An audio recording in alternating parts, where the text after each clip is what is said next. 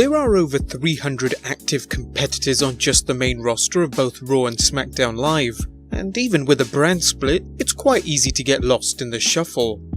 It's a given that not every wrestler will receive a chance to perform every week on its main show, unless you're top tier, but at least you can be featured on B shows like Main Event, or even house shows. However, some WWE wrestlers haven't been wrestling on either its flagship show or its secondary one for months. They aren't injured and are perfectly able to wrestle, so why has WWE kept them on the sideline? Are they being punished? Have they secretly left the WWE? Well, possibly, but let's find out. And just to note, we are talking about full-time WWE wrestlers, so the likes of Brock Lesnar, The Undertaker and John Cena are excluded from the list as they are well known to be part-time wrestlers. Number 1. Lars Sullivan. 2018 didn't end too well for the WWE, as they experienced a continuous loss of viewership for their weekly programming and pay-per-views, as well as seeing low ticket sales for WWE live events, with fans in attendance reporting massive sections being tapered off the hard camera. It became so bad, WWE had to address the brief downfall, and on Monday Night Raw just before the Christmas holidays, the McMahons promised to start listening to the WWE Universe. During the show, they also announced the call-ups of 6 NXT wrestlers that included Lars Sullivan. Now, his was no surprise, since WWE had been teasing his arrival in various promo packages since the Survivor Series. The NXT call-ups were not signed to any specific brand, and with Sullivan, it was rumoured that Raw and SmackDown would initiate a bidding war for him, and he would have confirmed who he signed with at the Royal Rumble. But WWE nixed those plans in favour of a high-level feud with 16-time WWE Champion John Cena that was supposed to commence just before the Royal Rumble. According to Raja.com, Sullivan was supposed to be in Memphis for the 14th January 2019 episode of Raw and tape a backstage segment that involved him attacking Cena, kayfabe injuring him. The promo was then supposed to air the following week on Monday Night Raw, indicating John Cena was injured and thus not able to participate in the Royal Rumble.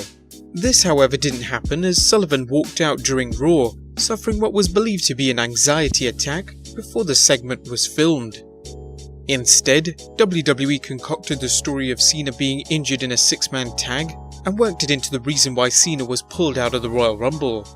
Sullivan has not been seen on WWE television since wrestling on November 17, 2018 on an NXT taping, defeating Keita Murray. It is believed that he is on a leave of absence and his return date is undetermined, but walking out during a show is one of Vince McMahon's cardinal sins, so it's possible he might not get a second chance at such an opportunity, and WWE aren't exactly rushing him back to schedule. Number 2. Sanity. During the 2018 WWE Superstar Shakeup, Eric Young, Alexander Wolf and Killian Dane all jumped ship from NXT to the Blue brand. 4th member Nikki Cross was however kept behind on NXT, but later made the jump this year. The team however quickly found out that though they were pushed heavily on NXT, it didn't mean the same thing would happen on SmackDown Live, as it's nearly been a year and the trio have hardly been seen on television. December was the last time we saw them on SmackDown Live, and many fans are asking, are they still on WWE's payroll? Even when WWE gave its SmackDown tag teams a chance to become number 1 contenders for the SmackDown tag team titles, they were noticeably missing. Dane and Wolf took to Twitter to show their frustration, tweeting #WhereIsSanity, and Wolf followed up with "sick of this." There really is no explanation as to why WWE hasn't used them, especially since even Heavy Machinery, who were part of the January call-ups, weren't even signed to the brand and they still managed to find a spot in the number 1 contenders match. If this continues, it's certain that they will individually request their release, much like the Revival did. Number 3. Bray Wyatt. We haven't seen Bray Wyatt on WWE television since he and Matt Hardy were defeated for the Raw Tag Team Championships by the B Team in mid-August last year. After Matt Hardy learned of his injury and wanted to take a break from wrestling, it left his partner in limbo, which allowed Wyatt to take some time off as well. The Eater of the Worlds would make a shocking unannounced return at WWE's Starrcade show and defeated Baron Corbin in an unaired no DQ match.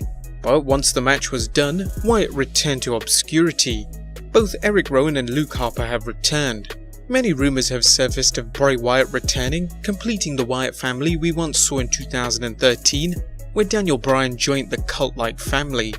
It seems though that Bray was considered for a gimmick refresher or change, but it's possible that the plans they had were nixed, and Wyatt is now in creative hiatus, as reported by wrestling journalist Tom Colahue on Twitter. I get questions regularly about Bray Wyatt's return, and it's possibly the most closely guarded secret in WWE.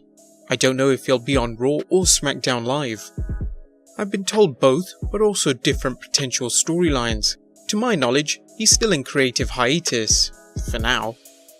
Fans were hoping to see the return of the Eater of the Worlds at Fastlane, where he could have potentially sided with Daniel Bryan in order for him to retain the WWE Championship. But there was no sight of him. Speaking of Bray Wyatt, and though she's not a wrestler, WWE announcer Jojo Offerman has noticeably been missing from WWE television, as Mike Rome has taken over her position as Raw's announcer. It was revealed some time ago that Bray Wyatt, who was married at the time, was in a secret relationship with Offerman. Well, that's until it was made public. As to her whereabouts, it seems that she has been away from WWE for personal reasons, as she revealed in a tweet. Just a quick disclaimer to all that have messaged us.